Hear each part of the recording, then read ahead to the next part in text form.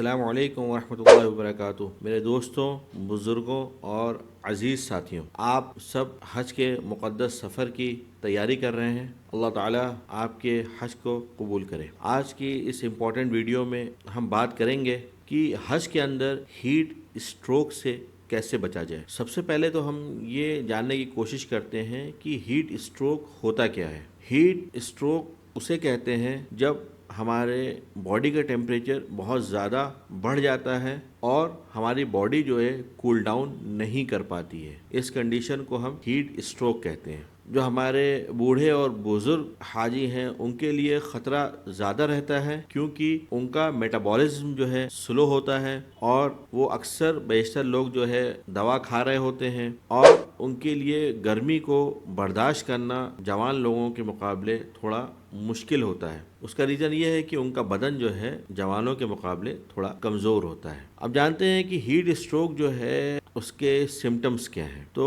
कुछ लोगों के अंदर तेज़ बुखार, पसीना बिल्कुल बंद हो जाना, चक्कर आना, कन्फ्यूज़न, थकान और कभी कभी जो है लोग बेहोश भी हो जाते हैं। अक्सर आपने देखा होगा, पिछले साल भी कुछ वीडियोज़ आई थी जिसमें आपने देखा होगा कि बहुत सारे लोग जो है, ख़ास तौर से बूढ़े लोग जो है ज़मीन पे बेहोश पड़े थे और उनको पूछने वाला कोई भी नहीं था। और उसमें से मैक्सिमम को मैं समझता हूँ हीट स्ट्रोक ही हुआ होगा। कुछ को हो सकता है कि उनकी शुगर लो हो गई हो, इसकी वजह से भी वो बेहोश हो गए हों। इल्ला माशाअल्लाह। हज में हीट स्ट्रोक का रिस्क क्यों बढ़ जाता है, ये भी हमें जानने की ज़रूरत है। सऊदी अरब के अंदर जो है, जो नॉर्मल टेम्परेचर है वो जो है 40 से 50 डिग्री तक का है। जून में ये टेम्परेचर बढ़ के 50-55 डिग्री तक भी पहुंच सकता है। उसके बाद ज़्यादा चलना, भीड़, धूप में ज़्यादा वक्त बिताना, ये सब मिलके हमारी बॉडी को एक स्ट्रेस पे डाल देते हैं। बुज़ुर्ग हाजीज़ के लिए ये थोड़ा और रिस्की इसलिए हो जाता है क्योंकि उसमें से अक्सर बेशतर को पहले से ब्लड प्रेशर की परेशानी रहती है, या फिर कुछ उसमें से डायबिटिक होते हैं, या फिर और भी हार्ट की प्रॉब्लम्स होती हैं, जिसकी वजह से उनके लिए ये रिस्क नॉर्मल लोगों के मुकाबले या जवानों के मुकाबले ज़्यादा रहता है। अब आइए जानते हैं कि हीट स्ट्रोक से हम कैसे बचें। तो हीट स्ट्रोक से अगर आपको बचना है तो सबसे पहले हमें जो है गर्मी से बचना होगा। गर्मी में बचने के लिए क्या है कि अपने सर को कोशिश करें कवर रखने की।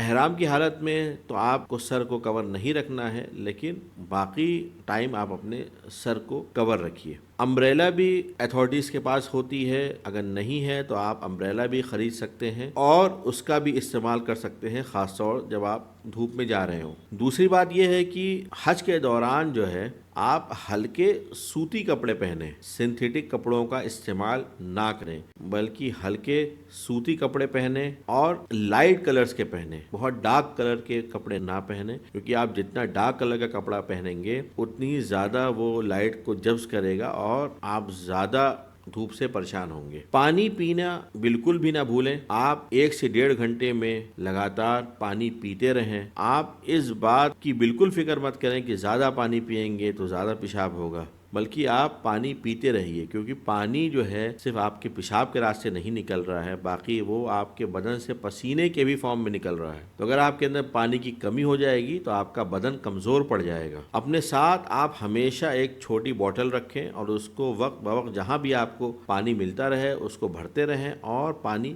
पीते रहें। ORS या ग्लूकोज का सोल्यूशन भी आप अपने साथ रख सकते हैं और उसको दिन भर में एक बार, ख़ास तौर से जब आप अरफात, मिना, मुज़दलिफ़ा इन सारी जगहों पे जा रहे हैं तो आप इसका इस्तेमाल ज़रूर करें। इससे आपके बॉडी का इलेक्ट्रोलाइट बैलेंस मेंटेन रहेगा और आपको थकावट कम होगी। इसके साथ साथ आपकी बॉडी भी जो है एनर्जेटिक रहेगी और उसके अंदर स्टेमिना ज़्यादा रहेगा। आखिरी बात यह है कि अकेले मत निकलिए, किसी के साथ ही चलिए। ख़ास तौर से हज में जो आपके अजीज़ और अकारिब जो आपके साथ गए हों उनके साथ चलिए, और स्पेशली तब उनके साथ ज़रूर चलिए जबकि गर्मी बहुत ज़्यादा हो, ताकि इन केस अगर आपको कोई परेशानी होती है तो वो आपको संभाल लें। अगर हमें हीट स्ट्रोक हो रहा हो उस कंडीशन में हमें क्या करना चाहिए, तो कैसे मालूम होगा कि हमें हीट स्ट्रोक हो रहा है। जैसे अगर आपका सर घूम रहा हो, अगर आपकी बॉडी बहुत गर्म हो रही हो, अगर आपको पसीना नहीं आ रहा हो, या फिर आपकी सांसें बहुत तेज़ चल रही हो, या आपको बहुत ज़्यादा زیادہ گھبراہٹ ہو رہی ہو، تو اس کنڈیشن میں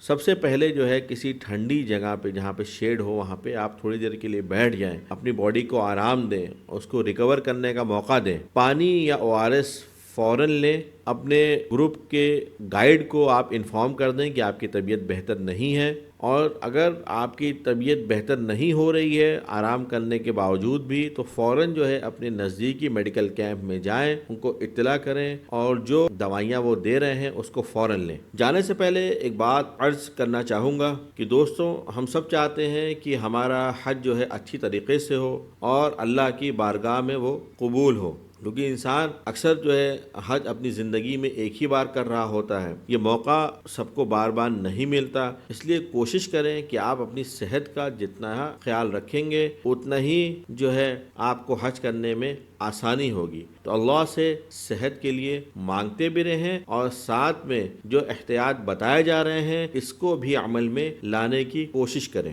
آپ کے جو بھی جاننے والے دوست عزیز و اقارب ہیں جو کہ حج کے سفر پہ جا رہے ہیں، ان سے ہماری اس ویڈیو کو شیئر کریں، اور بھی بہت ساری ویڈیوز ہمارے چینل پہ حج سے ریلیٹڈ ہیں، ان کو بھی ایک بار ضرور دیکھیں اور اپنے جاننے والوں میں شیئر کریں، کیونکہ آپ کو معلوم ہے کہ ایک شیئر کسی کی زندگی کو بدل سکتا ہے۔ میں ہوں ڈاکٹر اشرف، مینال ڈائبٹک کیئر لکھنؤ سے۔ میں شوگر، بلڈ پریشر اور تھائرائیڈ کے مریضوں کا علاج کرتا ہوں۔ آپ کو کبھی بھی کوئی بھی تکلیف ہو یا پھر آپ ان بیماریوں سے اگر پریشان ہوں تو آپ مجھ سے جو ہے آن لائن بھی کنسلٹ کر سکتے ہیں اور مجھے میری کلینک پر بھی آ کے دکھا سکتے ہیں۔ نیچے دیے گئے نمبر کو سیو کر لیں اور ایمرجنسی میں آپ اس پہ کبھی بھی فون کر سکتے ہیں۔ جزاکم اللہ خیر، السلام علیکم۔